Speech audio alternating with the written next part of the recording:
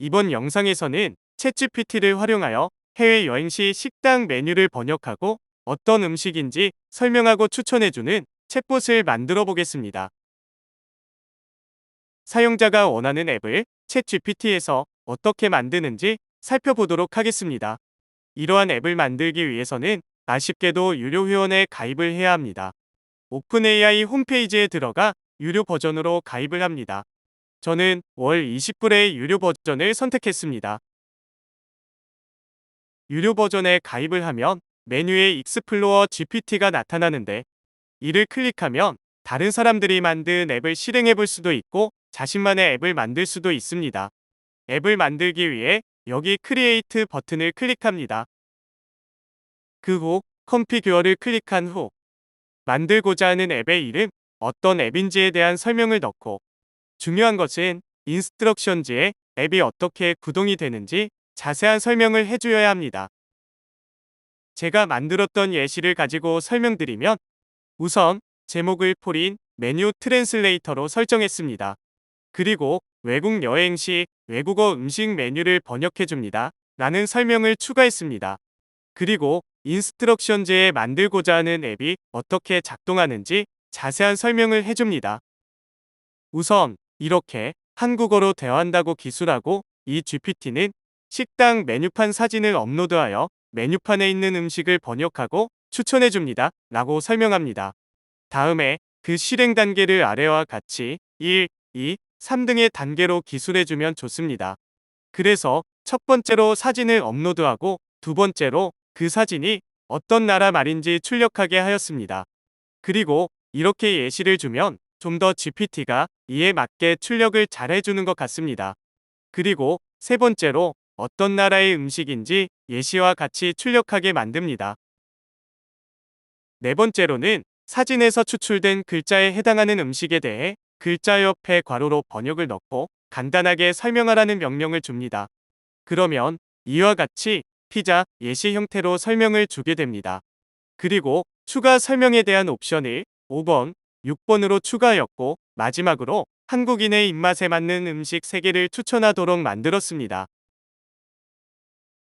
앱이 작동하는 설명을 모두 넣은 후 앱을 어떻게 공유할지 여기 3개 옵션 중 하나를 선택한 후 세이브를 눌러 앱을 저장합니다. 그러면 이렇게 지금 바로 만든 폴린 메뉴 트랜슬레이터 앱이 메뉴에 생성된 것을 볼 수 있습니다. 이를 실행해 보면 이렇게 앱 제목, 설명이 나타나면서 실행 준비가 된 것을 알 수 있습니다. 이렇게 만든 GPT 앱을 컴퓨터상에서 테스트해 보도록 하겠습니다. 우선 컴퓨터에 저장되어 있는 메뉴 JPG 그림 파일을 드래그해서 올리면 2번과 같이 사진이 업로드됩니다. 그 후 3번 버튼을 누르면 사진이 GPT로 보내지고 앱이 실행됩니다. 실행 결과를 보여드리면 이렇게 메뉴가 어떤 언어인지 어떤 나라의 음식인지 설명해 줍니다. 그리고 우리가 인스트럭션즈에 기술한 형식대로 추출된 글자에 해당하는 음식에 대해 글자 옆에 괄호로 번역을 넣고 어떤 음식인지 설명을 해줍니다. 그리고 얘를 눌러 좀 더 설명해 달라고 하면 5개 음식에 대해 추가 설명을 해준 후 한국인의 입맛에 맞는 요리 3개를 추천하게 됩니다. 즉, 앱을 만들 때 인스트럭션즈에 입력한 사항대로 잘 작동하는 것을 알 수 있습니다. 이를 실제 스마트폰에서도 구현해 볼 수 있습니다. 스마트폰에 있는 챗 GPT 앱을 실행시켜 메뉴를 선택하면 폴린 메뉴 트랜슬레이터 앱이 보입니다. 이를 선택한 후 스마트폰으로 사진을 직접 찍거나 사진함에 있는 사진을 업로드합니다. 그러면 컴퓨터에서 했던 것과 유사한 결과를 보여주게 됩니다. 만들어진 앱을 사용해 본 개인적인 경험은 메뉴 사진에 있는 글자가 선명할 경우 비교적 잘 메뉴에 있는 음식을 잘 인식하지만, 사진의 글자가 선명하지 않다거나 세로로 된 메뉴는 잘 인식 못하고 메뉴와는 상관없는 다른 음식을 추천해주는 경우가 있었습니다. 하지만 낯선 외국에 가서 실행해 보기에는 충분한 가치가 있다고 생각합니다.